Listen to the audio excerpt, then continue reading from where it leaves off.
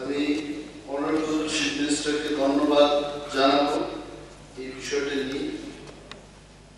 তবে আরো একটা জিনিস জানতে চাইব, এই শিক্ষক শিক্ষিকাদের যে অফারটা দেওয়া হলো, এটি কি বাই পোস্টে দেওয়া হয়েছে না অন্য কোনো সিস্টেমে এটা দেওয়া হয়েছে? কেন আমি বলছি, লাস্ট অন্তত 40 বছর ত্রিপুরা রাজ্য সরকারের যে সমস্ত কর্মচারীরা তারা যখন চাকরি পান, একটা পরম্পরা ছিল গ্রুপ ডি থেকে অফিসার পর্যন্ত অফারগুলো কিন্তু বাই পোস্টে যায়।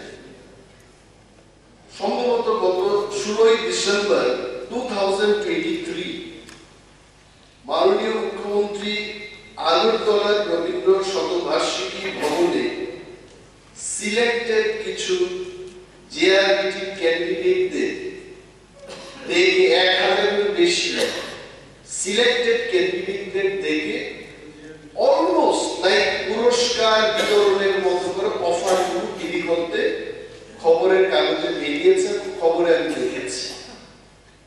তখন আমার মনে হলো যে সিলেক্টেড ক্যান্ডিডেটরা এরা নিজের পরিশ্রমে নিজের মেধার উপর ভিত্তি করে তারা চাকরিটা পেয়েছে।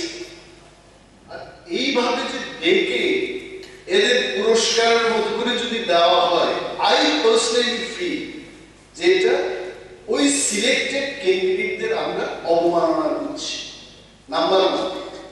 নাম্বার 2, যদি মাননীয় মুখ্যমন্ত্রী এইভাবে অফারটা বিলি বন্টন করতে পারে প্রচারের জন্য, তাহলে আমরা 60 জন বিধায়করা যারা নির্বাচিত আমাদের এলাকায়, আমরা ট্রেজারি বেঞ্চে যারা বসে আছেন বিধায়করা মন্ত্রীরা, নিজ নিজ এলাকা সিলেক্টেড ক্যান্ডিডেটদের আগামী দিন আমরাও যেন অফার বিলি বন্টন করতে পারি, এই ব্যবস্থা আপনি করবেন কিনা?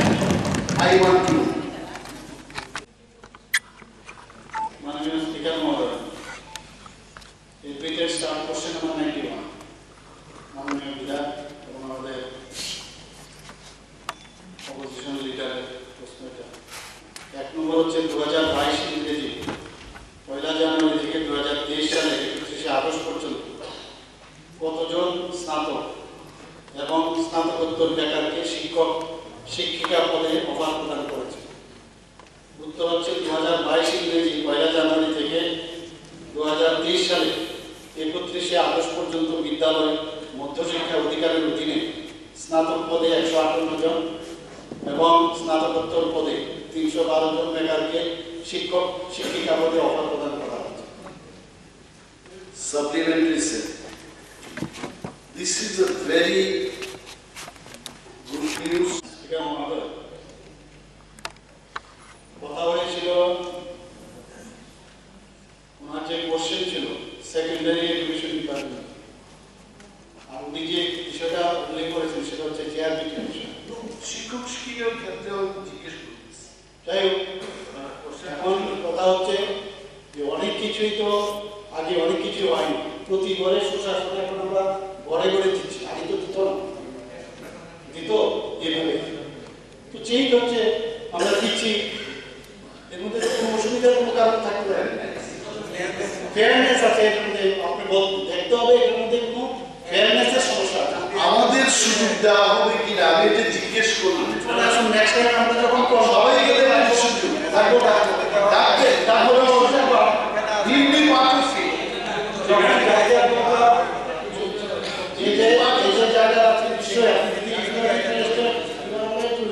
মাননীয় অধ্যক্ষ মহোদয়, কনস্টিটিউশনে এমন কোনো বার নেই বা ইলিগেল কোনো কাজ মাননীয় মুখ্যমন্ত্রী করেননি জেআরবিটি যে অফার সেগুলো সিলেক্টেড ক্যান্ডিডেটদের মধ্যে দিয়ে। For your kind information honourable LOP, government of Assam একসঙ্গে মাননীয় স্বরাষ্ট্রমন্ত্রীকে দিয়ে চাকরি মেলা করে 25,000 অফার এভাবে ডিস্ট্রিবিউট করেছে। Government of Madhya Pradesh, government of Rajasthan, there are many instances. তো আমরা তো শিখি প্রতিদিনই বিভিন্ন রাজ্য থেকে, বিভিন্ন নেতৃত্ব থেকে আপনারাও এডিসিতে যে অফার প্রদান করেছেন, চাকরি দিয়েছেন কতদিন আগে, আপনারাও দেখবেন এডিসিতে আমাদের অনেক জনপ্রতিনিধিরা আছে, সেভাবে আপনারা প্রদান করেছেন কি? তো দেয়ার আর মেনি ইনস্টেন্সেস, আমার মনে হয় না লিগ্যাল কোনো বার রয়েছে, কারণ চাকরি দেওয়ার আগে ল ডিপার্টমেন্ট থেকে রেটিং নিয়েই সমস্ত কিছু প্রদান করা হয়েছে। কারণ আমি বলছি তার জন্য বলছি মাননীয় অধ্যক্ষ মহোদয়, বিরোধী দল থেকে আজকে বিরোধী দলের কাছে প্রশ্নটা উঠিয়েছে, তার আগেও যখন আমাদের মাননীয় মুখ্যমন্ত্রী, মাননীয় কৃষিমন্ত্রী এভাবে অফার প্রদান করেছে, ঠিক পরিমাণ হয়েছে যে পাবলিসিটির জন্য আমরা এভাবে অফার প্রদান করছি। তো সরকারে আসার পর যে আপনি হলো পাবলিসিটি তো আমরা নেব, আপনারা বিগত দিনে নিতে পারেননি, আর আপনাদের আমলে তো 10,000 শিশুটি আজকে রাস্তায় এসে দাঁড়িয়েছে, ইলিগালি চাকরি প্রদান করেছে। এবং আমরা যেটা করেছি লিগালি করেছি, ছাত্র সংগঠন, যুব সংগঠনকে দিয়ে এটা বলার চেষ্টা করা হয়েছে যে জিআরপিটি সেখানে ট্রান্সপারেন্ট নয়, জিআরপিটিতে অনিয়ম হয়েছে, প্রমাণ করে দেখা। ঠিক আছে, ওকে ঠিক আছে, ঠিক আছে, যেমন একটা নাইবার সেট বিল হয়, ওকে